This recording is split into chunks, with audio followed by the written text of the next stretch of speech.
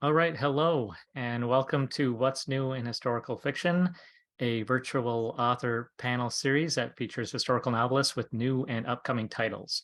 My name is Colin Mustful. I am the founder and editor of History Through Fiction, a small independent press that focuses on publishing historical fiction. I'm really excited about this panel that we have today, and I will introduce our panelists in just a moment. Before I do, just a couple quick things. So first of all, normally we've hosted this panel on Crowdcast. So this is going to be a little new to me. I'm familiar with Zoom, but I haven't run a panel on Zoom before. So hopefully everything goes well. You can hear and see us. If you want to connect with us at all, you can use the chat. So go ahead and just say hello at the bottom of the screen there. You'll see a little chat bubble. If you click that, it should open up a chat in the right side of your screen. So go ahead and say hello. Let us know where you're joining from. Tell us how excited you are to hear from these great authors. I'm going to put in a link in the chat myself to a landing page where you can find these authors' books. And that will bring you to the landing page where you can look at the books, where you can buy the books on bookshop.org. We support bookshop.org because they give a % of the proceeds back to independent bookstores, and we want to be able to support indie bookstores. If you're not able to purchase these books, just remember to write a review, tell your friends about them, tell your local libraries, local booksellers, talk about it on social media, those things. Okay, without further ado, let's bring in our panelists. So first we have Susan Meissner, author of Only the Beautiful. Susan, if you could say hello and tell us a little bit about your book. Okay. Can you hear me okay? Yes? Okay, good. So I'm Susan Meissner. I live in Washington State. I'm a native of Southern California, though, but we moved up here last summer. I'm very happy to be here. I hope you guys can hear me okay. Yes? Okay, yeah. Awesome. All right, thank you. So my newest book is called Only the Beautiful. It is a work of historical fiction. That's my lane. It's been my lane since 2008. I love writing books about the past and how that past speaks to our present. And this book is set before, during, and after World War II. It's about two people who are impacted by a movement we don't hear much about anymore. It's the eugenics movement, which was a controlled scheme to manage the collective gene pool. And so we have a young woman living in California, which sterilized more people without their knowledge or consent more than any other state. And then an expat living in occupied Vienna during World War II, who is also seeing eugenic thinking at its absolute worst. It's a book full of hope, though, even though it deals with some really tough topics. It's a book that celebrates life and the intrinsic worth that every human being has. Well, thank you, Susan. We look forward to hearing more about your book. Next, let's go to Brinda Charry, author of The East Indian. Hi, I'm Brinda Charry, author of East Indian, which came out about a month ago. And the East Indian was inspired by a historical figure who appears in the archives, though one has to look very, very, very closely to find him. And this is the first person from East India, South Asia, the area, the Indian subcontinent, we would call it today, who came to North America, to Virginia, in fact, to colonial Virginia in the year 1635. So really not too long after the English settlement of Virginia. And he came, we assume, as either a slave or an indentured servant. It's not entirely clear. And so I decided I want to write his story. And it is also a story about it is a story about the East Indians, certainly, but it's also a story about colonial Virginia and the settlement of Virginia and the complex dynamics. And I wanted to write an adventure story. I wanted to write a coming of age story. I also want to write a story about the sort of very fraught, complex nature of a brown racial identity. And it is a novel about displacement, but it's also a story about perseverance and hope and the will to survive and all of those things. So that is the East Indian. Mm-hmm. Thank you, Brinda. Next, let's have Nancy Horan introduce herself, the author of The House of Lincoln. Hi. So I have written 3 historical novels. Previously, I wrote Loving Frank about Frank Lloyd Wright, and then there was another Under the Wide and Starry Sky about Robert Louis Stevenson and his companion. And this one is about Abraham Lincoln. But unlike, it's called The House of Lincoln, but unlike other books about Lincoln, it's as much about the people around Lincoln as it is about the president. And it's set in Springfield, Illinois, where I grew up. So, you know, as a child, I was taken to visit the house of Lincoln many times. And thus the title is kind of relevant to me. So the story is about the people in Lincoln's neighborhood in a way. It's about people who have worked for the Lincolns, a Portuguese girl, an immigrant girl. It is about Lincoln's barber is one of the points of view, and Mary Lincoln is the other point of view in the story. And so these people represent the kinds of people that lived in Springfield at that time. And the town itself is like a fourth character because it's sort of a microcosm of the United States at that time. There were in central Illinois, where Lincoln was, there were Southerners, there were Northern abolitionists, Southern sympathizers, a mix of people from recent foreign-born European immigrants. And in his neighborhood, there were Irish and German and Portuguese and English and Scottish and all these people. And I wondered about, you know, how they influenced him and how he influenced them. So I was inspired to write this book because in 2014, I was really fascinated by, somehow I got interested in Lincoln, but I also was aware that there had been a race riot in 1908 in Springfield, which was a colossal embarrassment in the town where Lincoln, you know, was lovingly regarded as a hero. So the time span is from 1851 to 1909. And it ends after the race riot. Great. Thank you, Nancy. That's a lot of history to cover, but I'm sure it's all very fascinating. It's not real long. It's like 335 pages. You can do it. Sure. Well, and that's why we're glad you made it into fiction instead of a 1,000-page nonfiction book. Finally, let's go to Rita Chang-Eppig. I don't want to say the title of her book without actually reading it because I always get it mixed up in my mind. Deep as the Sky, Red as the Sea. And make sure that you congratulate Rita because today is her book's birthday. Mm-hmm. All right. Bravo. Thank you. Yeah, so I'm Rita Chang-Eppig, and my book just came out today. I do realize that the title is a little bit of a mouthful, so no worries at all if you try to say it and get it wrong. And it is a fictionalization of the life of a woman pirate who commanded the largest fleet in China in the early 1800s. In fact, some historians have called her the most successful pirate in history.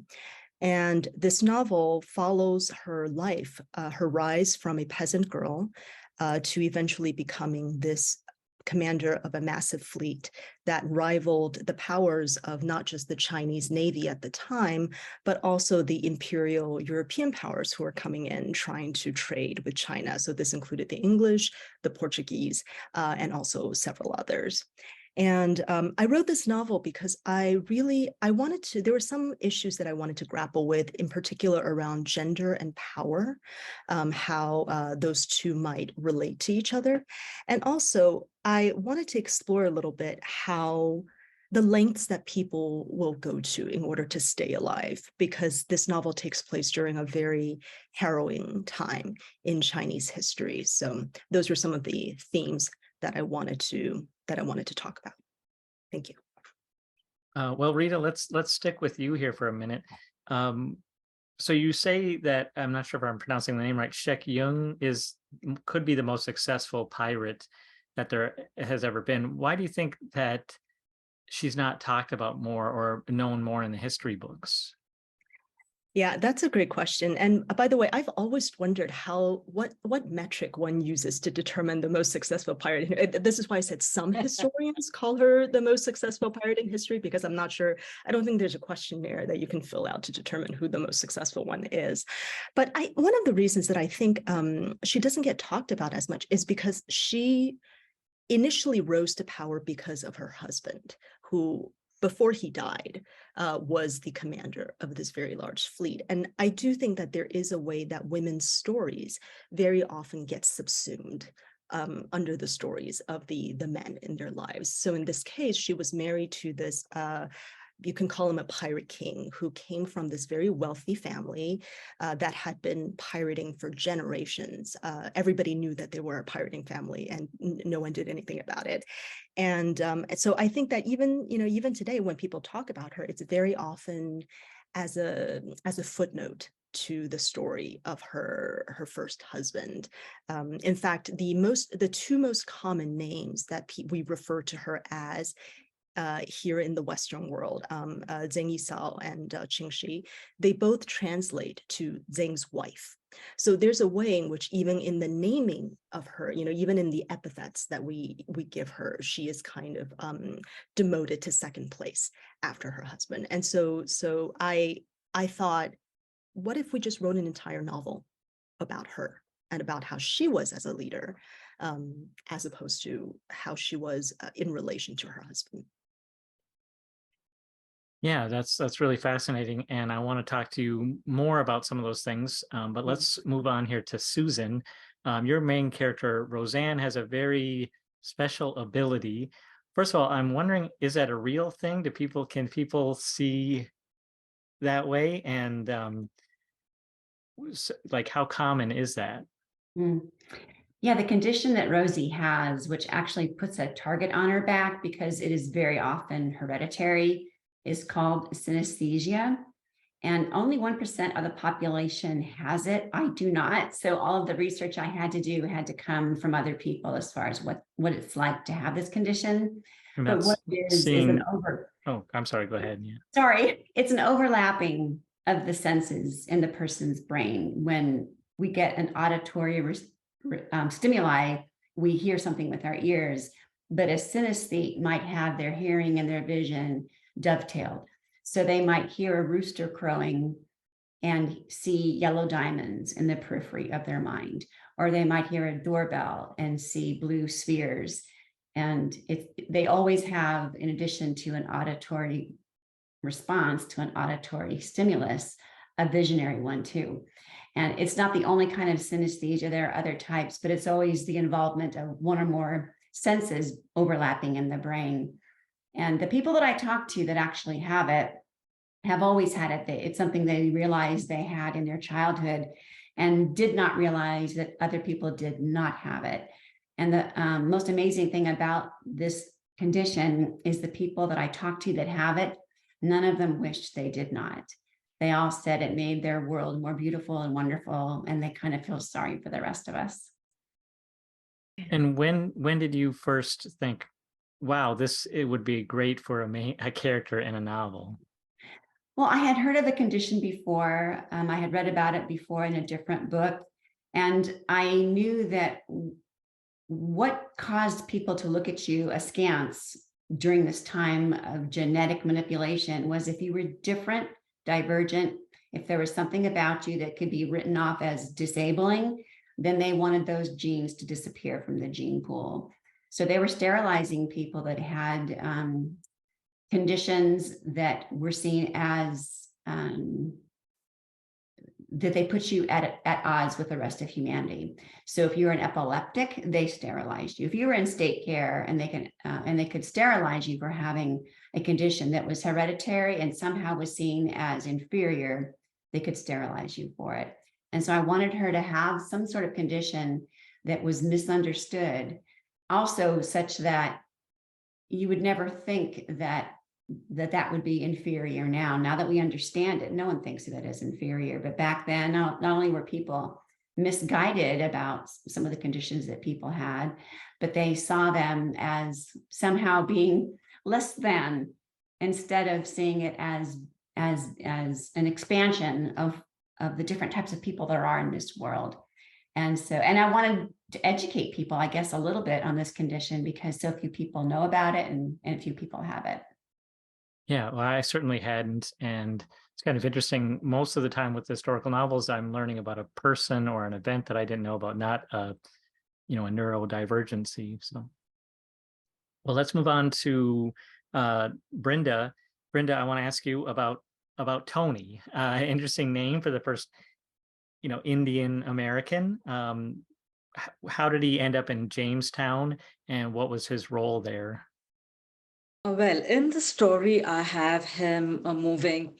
The connection is really the East India Company. People almost, just to back up a little bit, very, very, very few people know about the East Indians in colonial America. You find there are, I'm not saying there are hundreds of thousands, but there are a substantial number of East Indians in colonial America, mainly in Virginia, Maryland, the Carolinas.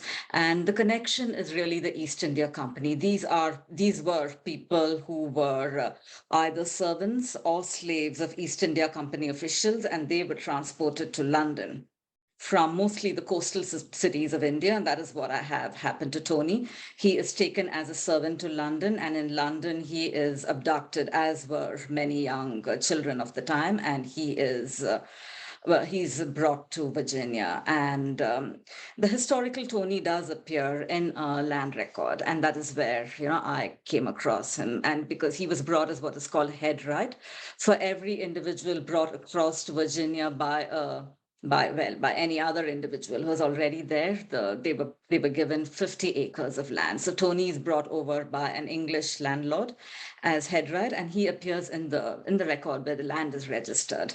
And so that's how I came across him. So I have him moving from India to London and to Virginia, and most of the novel is really set in Virginia, and nearly all of the novel, in fact, is set in colonial Virginia, in Jamestown, and the area around Jamestown.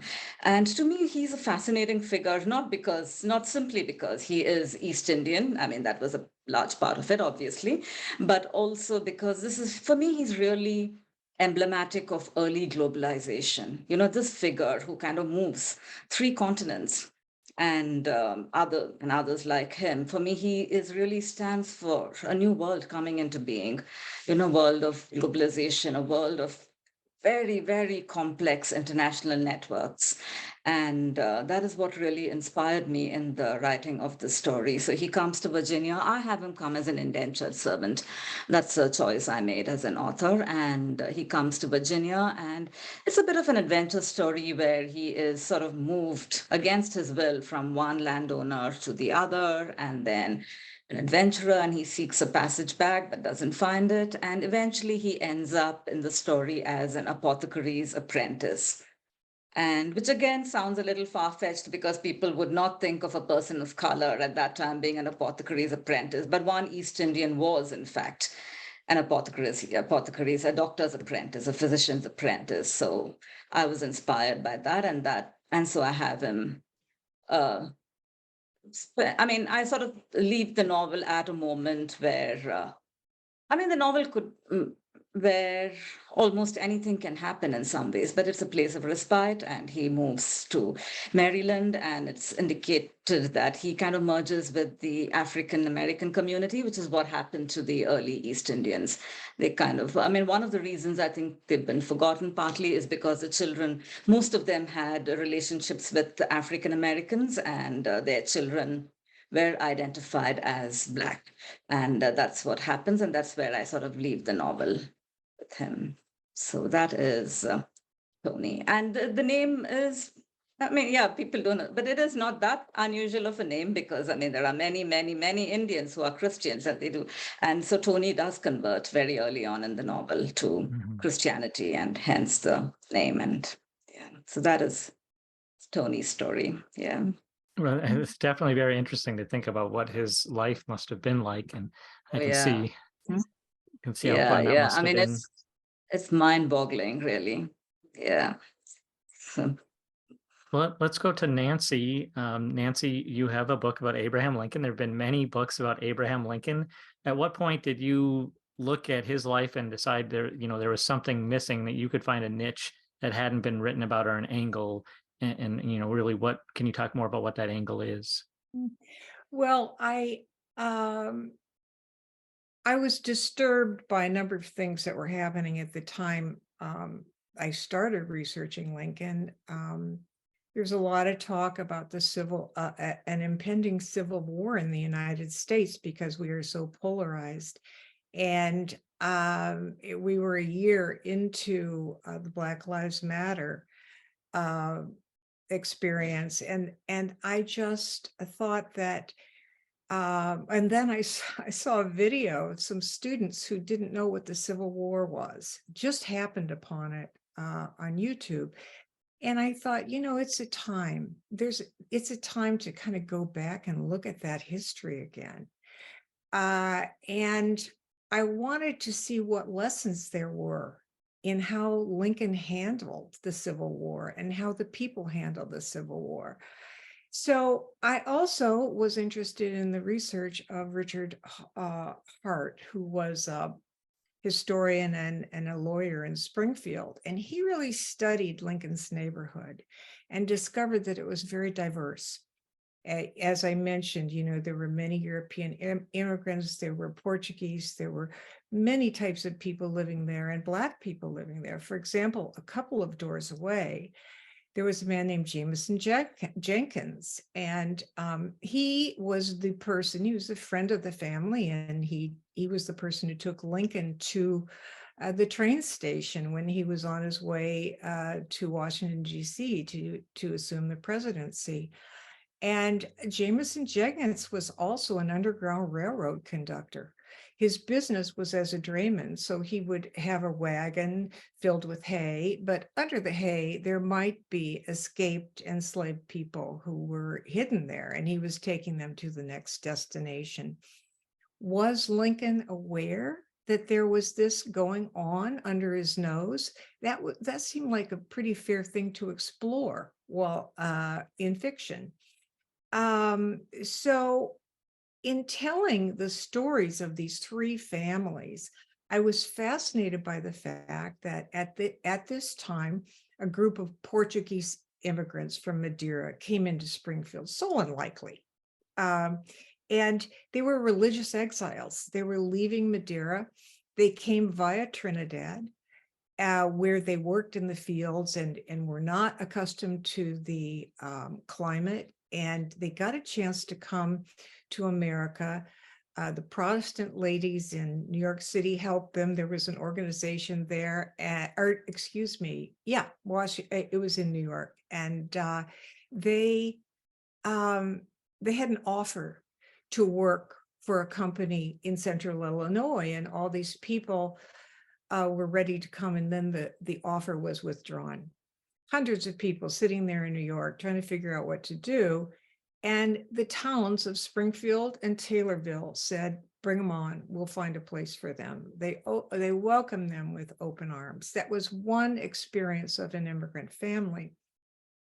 Also immigrating were the Spencer Donegan's family. And it was a big family of free African Americans from Kentucky.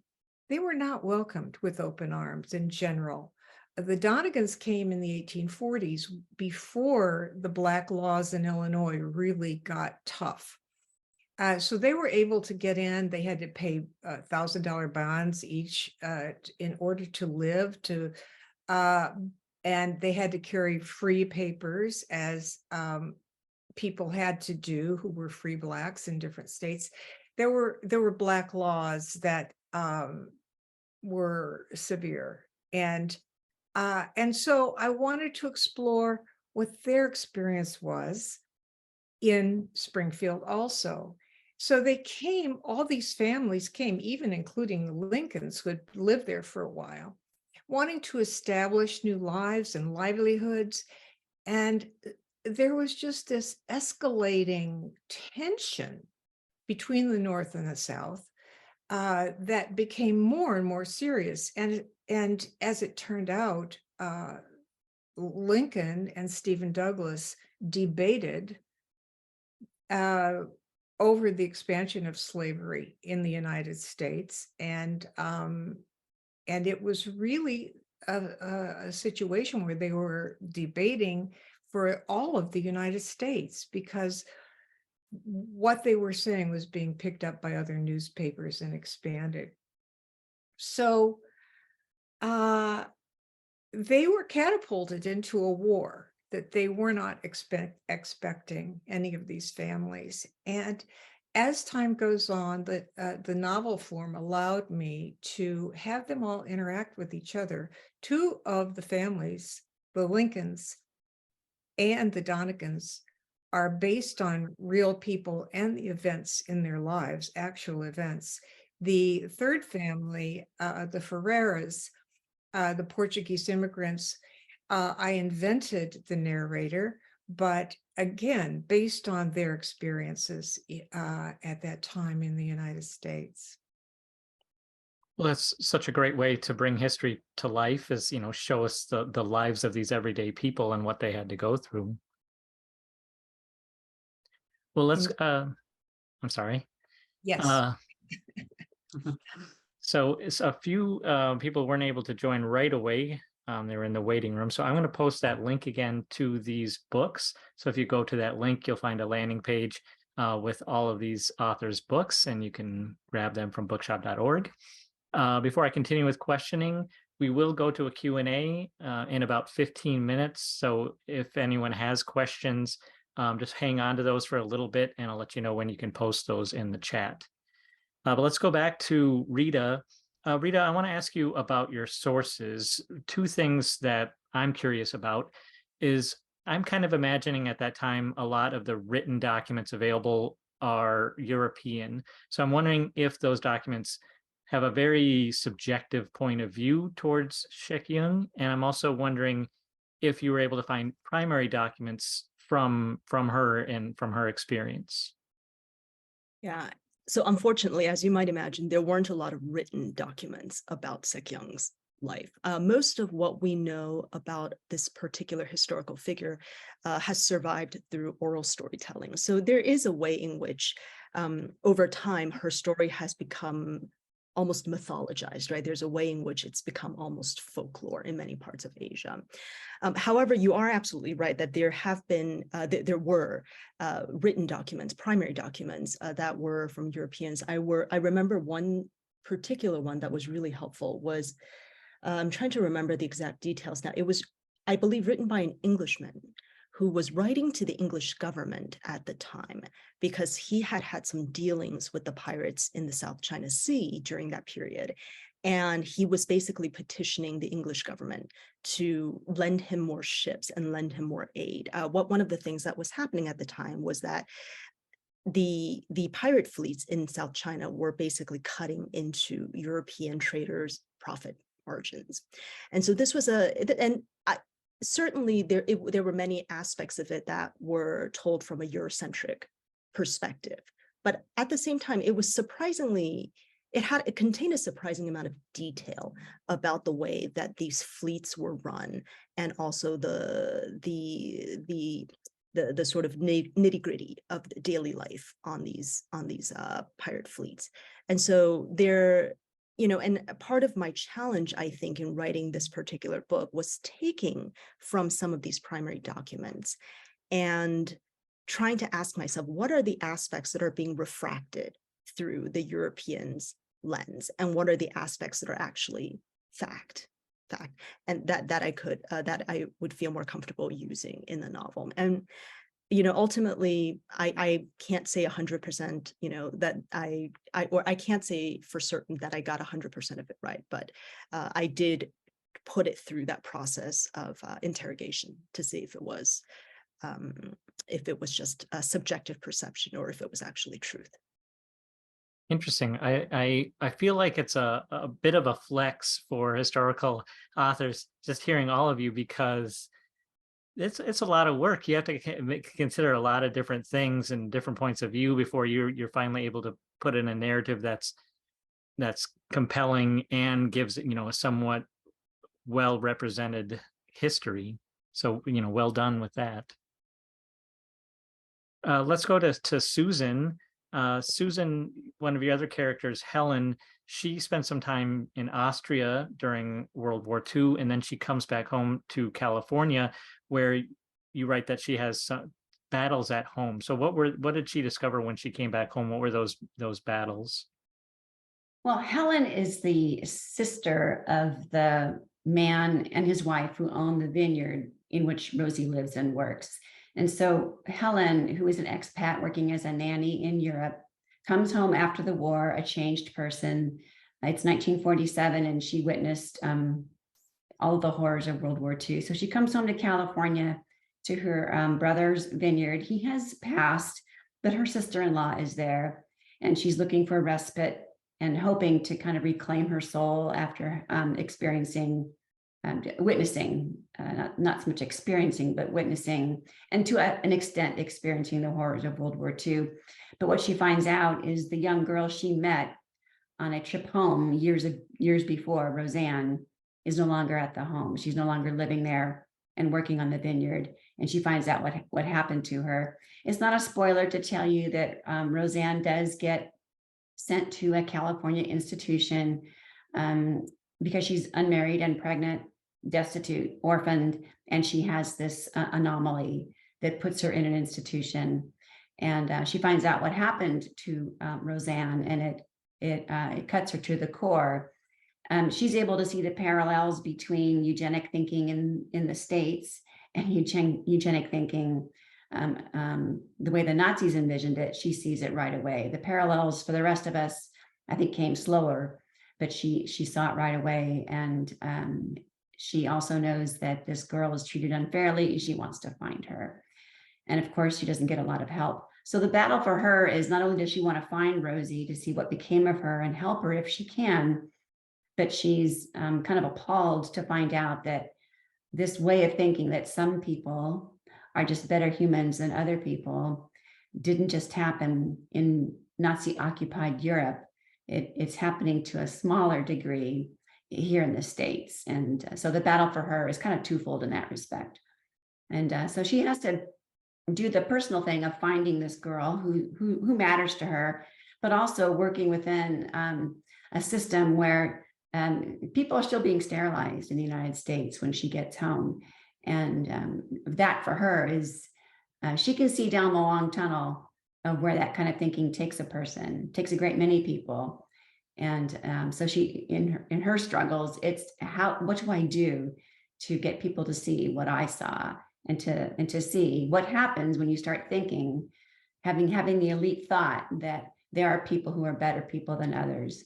And so it's kind of a twofold thing for her. Yes, kind of hard to think about, but important to bring up and to talk about.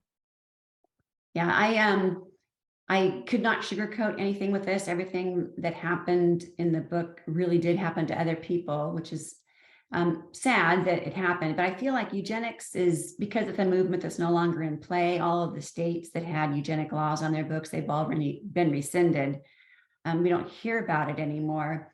And I think whenever we have a historical event that impacted humanity, that begins to fall by the wayside and is in danger of being forgotten, well, there go all the lessons we learned from it. So I feel like there are certain things about us, even the things that we're not very proud of, that we don't want to forget. And I think the eugenic movement is one of those things. Yeah. Well, Brinda, let's go back to you. You talked about this a little bit as far as your sources are concerned. I'm wondering what were you able to find out about Tony through sources, and then what other kinds of research did you do to fill in the historical gaps and fill in the historical context? Well, I mean, honestly, nothing is known about Tony apart from the fact that he was present in colonial Virginia, and he was brought as head write. That's fairly clear that he was brought as head write, and the rest of it I really had to fill in, and I studied colonial Virginia in fact, I don't know if I'm supposed to say this kind of thing or not, but I studied far more. I read far more. It took me far longer, in fact, to read and understand the time period than it took me to write the novel. And I am at maybe I have some advantage because I am a specialist. I'm an academic by training, and I am a specialist in the 1600s. But it's really the 1600s in England, Shakespeare. Shakespeare is my area of specialization. So I have a kind of general understanding of the 1600s, but not so much of colonial Virginia. So essentially, nothing is known about Tony, but everything I wrote in the novel and the story I gave him is within the realm of possibility. These things could have happened to him, and I tried to patch together what the experience of a young man who is a foreigner, a person of color from the other side of the world, really.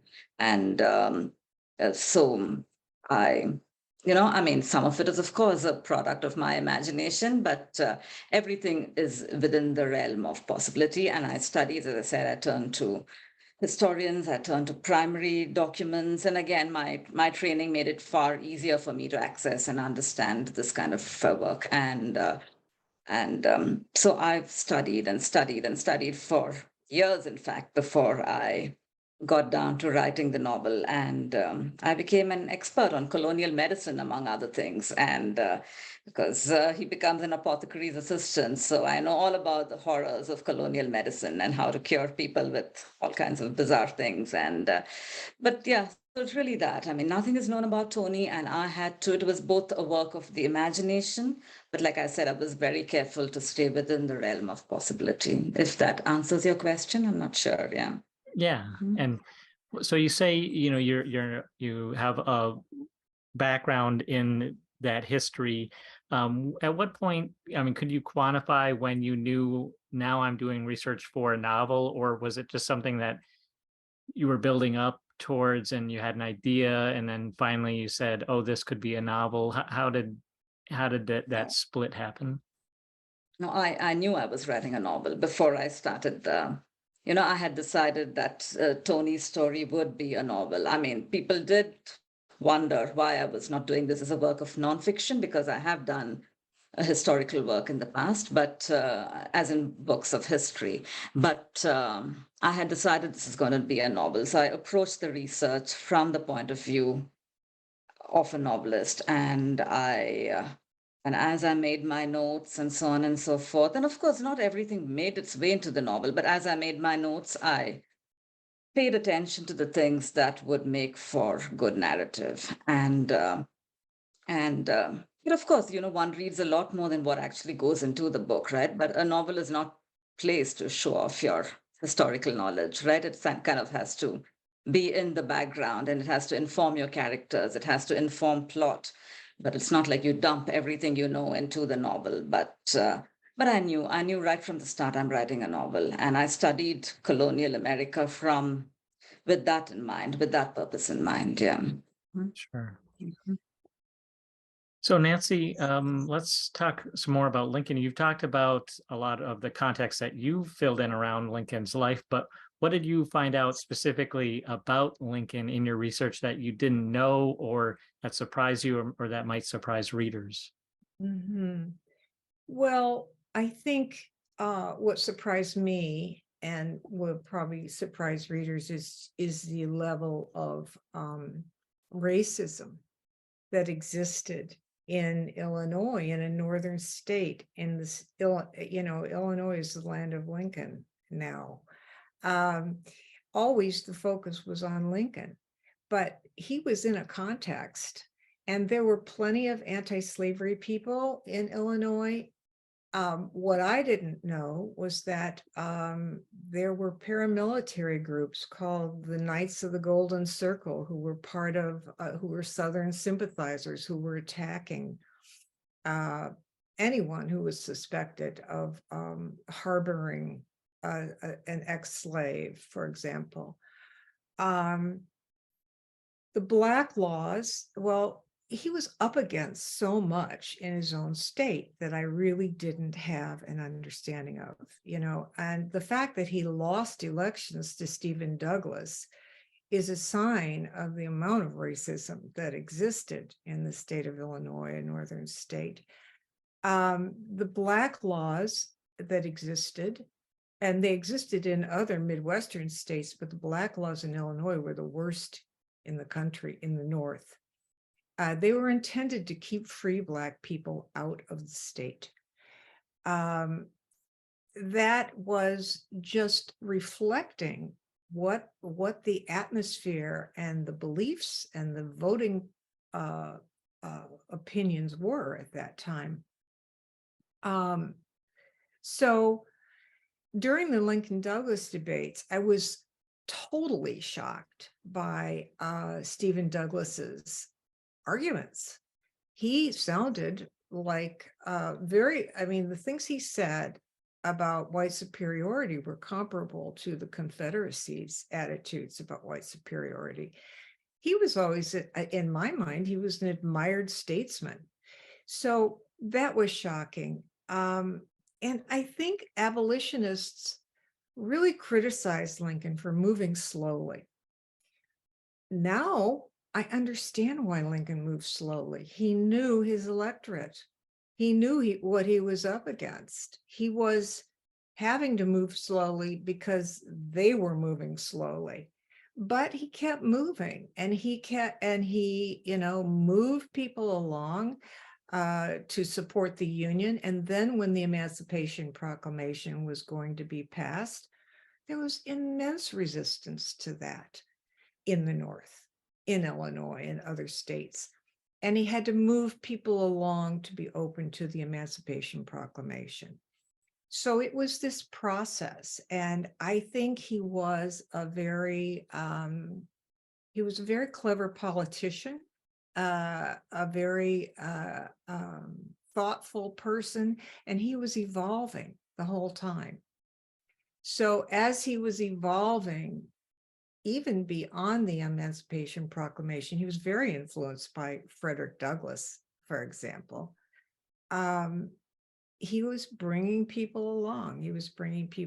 At the end of his life, after his inauguration, he was moving fast, and he was working on plans for Reconstruction, for the 13th, 14th, and 15th Amendments to give rights to African Americans. And after his death, one of the most critical abolitionists of Lincoln said his way was the right way. He was moving slowly, but that was the only way that was going to work, in a sense.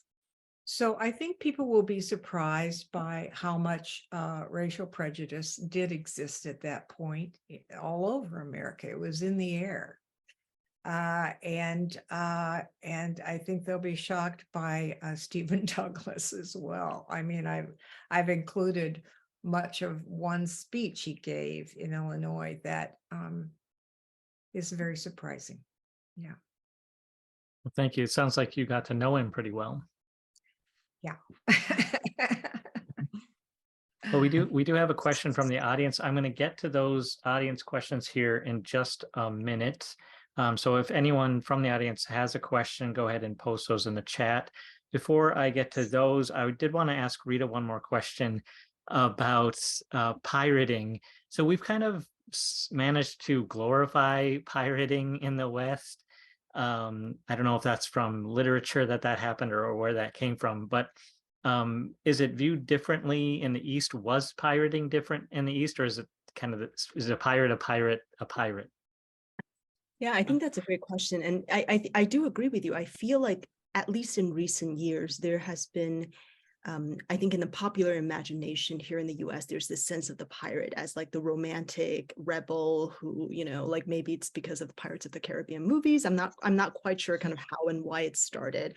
But the reality of pirates, at least in the region that I'm writing about, is that they were mostly incredibly poor folks who turned to piracy out of desperation, right? So this wasn't this, oh, she's just a hero who wants to set out on her own and go on her own adventure, although I'm sure that would be the more romantic, pleasant story. The reality of it was that the people joined the fleets because they were peasants who didn't have better options. China at the time was going through wave after wave of famine, and the emperor wasn't doing anything to help make sure the people were getting their needs met. One fact is that, that I found while doing my research was that 1 month's worth of rice cost about several months worth of your wages if you were a peasant. So obviously that's not sustainable, right? Like if you need to pay several months of your salary to get 1 month's worth of food. So people turned to piracy, and it was a much more, I think, hard scrabble existence than we sometimes see depicted in the media here in the US. Sure. Yeah, it's definitely the topic of a lot of stories, a lot of movies. It's definitely part of popular culture now. It's interesting. So our question comes from Guylaine Spencer. I'm not sure if I'm pronouncing the name right. Looks like we have an author there. They ask, how much time do you spend doing initial research for a book on average? And do you have any tips for writers for taking notes, maybe organizing your notes? They're working on a first novel. So Susan, I want to go to you with this. You are quite a prolific author. I'm guessing you have some advice. Yeah, the great thing about that question is there is no one way to do the research part. I think you just need to find the way that works for you. I have friends who love Scrivener. It's a writer's tool for storing all your research so that you can reclaim it while you're writing. It's right there at your fingertips. It's not for everybody. I gave it a try and it didn't work for me. So my way is really old school, but it works. And I feel like if you find the way that works for you, it doesn't really matter how old the technology is. For me, I still use cards. So I take notes on cards. Sometimes the cards relate to the topic thematically. So I might have the colored cards depending on what part of the story it relates to. And I also print out articles. I save links too. I have a document on my computer that allows me to save a link, but sometimes links get broken. Sometimes you can't find the link again. So if it's really important, I print it out so that I have, like, I guess you could say, backups. And then I also have an old school notebook that I keep my notes in. And for me, it's being able to find it all relatively quickly. I do my research up front and then I write. I want to feel like the facts and the logistics of the event are a part of the fabric of my mind. So that when I begin to write, I don't have to get out of the water and dry off and find what I'm looking for and try and get back into the story. It's like going back into a swimming pool. It's much, much better for me as a storyteller to stay in the water than to climb out and be the researcher. I do have to find something that I can't find while I'm writing. That happens all the time, or I'll be writing and I'll come across something that intuitively my mind says this needs to go into the story, and I didn't research that, and I'll have to come out of the story to find what I need to continue writing. But the research for me, for the most part, goes up front. And I would say if you start to find a way that works for you, is find a way to categorize it or keep it in some kind of order that works for you so that you can find it again during editing. Because what will happen during the editing process is you'll be asked to verify some of your choices. And it's really nice to be able to go back to your sources because you kind of kept good track of where you found your information, and verify for your copy editor and your line editor that you got the truth on the page, or at least you can verify where you found the information. So I hope that's helpful to you, fellow writer. Find the way that works for you, and then just go for it. The research is probably the best part of writing historical fiction, at least for me. Yeah, great advice. That makes me think of, I have notebooks from 12 years ago. I cannot get myself to throw away those notes. Even though I will never use them again. They're just collecting dust. Would anyone else like to contribute to that? Otherwise, we have another question. Well, let's move on to that question. It's for Rita. Jordan writes, when writing about your character, did you ever compare her to the other pirates during the golden age of piracy, such as Edward Teach, William Kidd, or Anne Bonny? And was it hard to fill in missing history? And then lastly, do you do any book signings? I'll start with the shortest answer first, which is yes, I am going on. I'm currently on tour. Actually, I have an event in 2 days, actually, June 1st in Chicago, and then I'm going to several other cities. So hopefully I'll see you at one of those places. But yeah, I am definitely aware of these stories of people like Anne Bonny. And in fact, I think there actually was a novel written about Anne Bonny. Unfortunately, I do not remember the title off the top of my head. But when I was writing this novel, I also tried to put a little bit of distance between myself and the golden age of piracy in Europe, because they do happen quite a number of years apart, and the circumstances were quite different. And so I was a little bit afraid that if I read up too much on that golden age of piracy, that it would unduly influence what I was writing so I kind of wanted to stay in my own little world, stay in the water, so to speak, to use Susan's terminology. I wanted to stay in the water, and I didn't want the water kind of flowing into other waters. Interesting. And you said you're in Chicago now?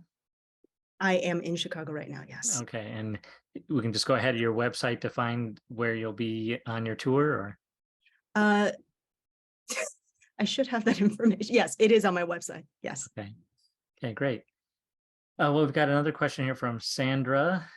Sandra asks Brinda, she says, Brinda spoke of the dangers of dumping historical research. We talk about doing the research, how much Susan mentioned, how much fun the research is, but then there is a tendency to kind of show off what you know, put in more information than is called for in the narrative. Brinda, do you want to talk a little bit about that, how to avoid those information dumps? I think the important thing to keep in mind is one might be writing historical fiction, but one wants to write a good story. And I think that is the most important thing to keep in mind, that the story, for me anyway, personally, it's the story, the plot that dictates everything. So I make sure that everything that goes into the story is relevant and important to the plot. It helps the plot move forward. It informs my character. If it doesn't do either of these things, it simply does not have a place in the story. So I think, however interesting it might be, and very often that doesn't happen in the first round of writing. I think in the first draft, you tend to put a little bit more. But I think in the cleaning up, when one goes back and cleans up, I think you take out, at least this is the way I work. I take out everything that is not relevant, that is really not moving my plot forward, is not informing my character. I kind of keep those two in mind. And the rest of it interesting, but I should maybe write an article on it, but not in this story, not in this novel. That's the way I think about it. Yeah. And Nancy, what's your process? I mean, we talked already about how much history is in your novel, but you're able to parse it down to 325 pages. Was that troublesome for you at all? Oh, sure. Absolutely. I mean, I do my research on the front end mostly. And my process is to just, because I'm writing about people who are famous, like Lincoln or Frank Lloyd Wright, I build my own library. And, there are biographies to read, there are letters to read, that kind of thing. I travel to wherever the letters are held. But I feel that until I've really pickled myself in research, I am not ready to write yet. And so I do make I need to find the arc of the story. I know what the ending is when I start. I make a very complex outline of what's going to happen, and typically I stick with it. And I agree with everything that's been said so far. It has to be a novel that's interesting, full of smells and sounds and characters and flaws. I mean, flaws make things go, as well as just historical events. So, Yeah, well said. We're coming up on the end of the hour already. This went very quick. It's been a wonderful conversation. I'm going to post the link to that landing page again so that participants can find your books.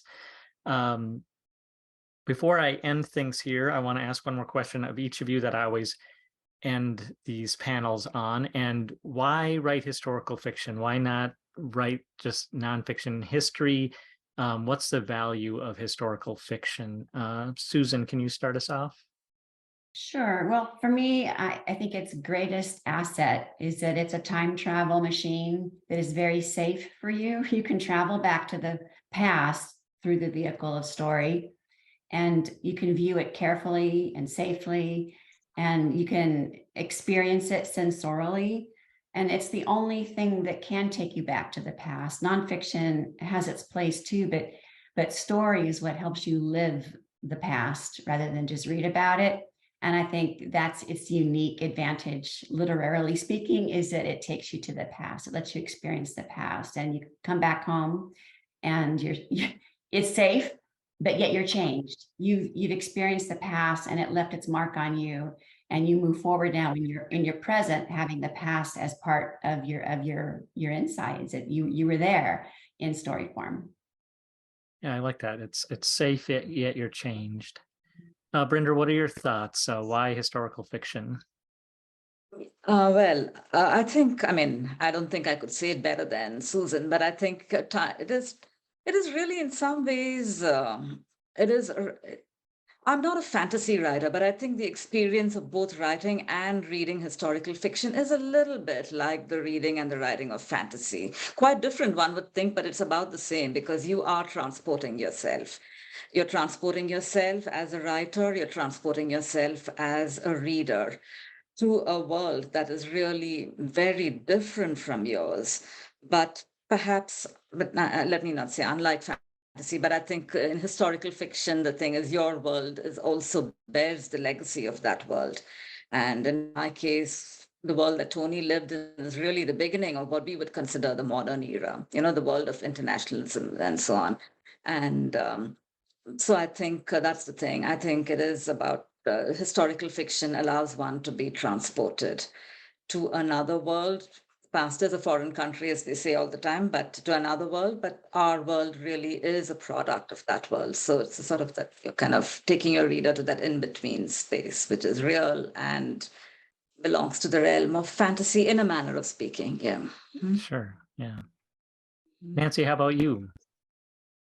I love this quote by Hilary Mantel. I've got it right here. History is a process, not a locked box with a collection of facts inside. The past and present are always in dialogue. And I think when you read historical fiction, you are always imagining yourself in the shoes of the person that you're reading about. And I think that we all live, there's always a family drama, there's always a drama with friends perhaps, but all of us have forces bearing down upon us that are happening outside of us in the big world. And that's what I like to look at, is the forces bearing down on people, what's happening to make them have to make hard choices. And that's what it's about, Yeah, and history is definitely a process. That's a great quote. Yeah, it's a process and a discussion, a continual dialogue, I think. Now, Rita, I thought I'd give you the last word since today is your book's launch day.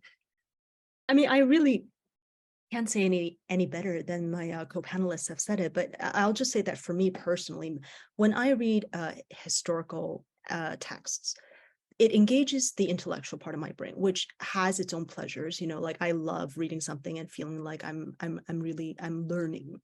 But at the same time, there's a wholly different kind of pleasure that is found in reading historical fiction, where you can, the fact is, in fiction, you're usually in somebody's POV, right? So you're following this person through their life, you're experiencing the things that they're experiencing, and that engages a whole different part of my brain that I find that I miss if I don't engage that part of my brain, for too long of a period of time. So I think that they are reading, history and reading fiction, they are complementary processes. And I think if you only do one and not the other, I think that there is,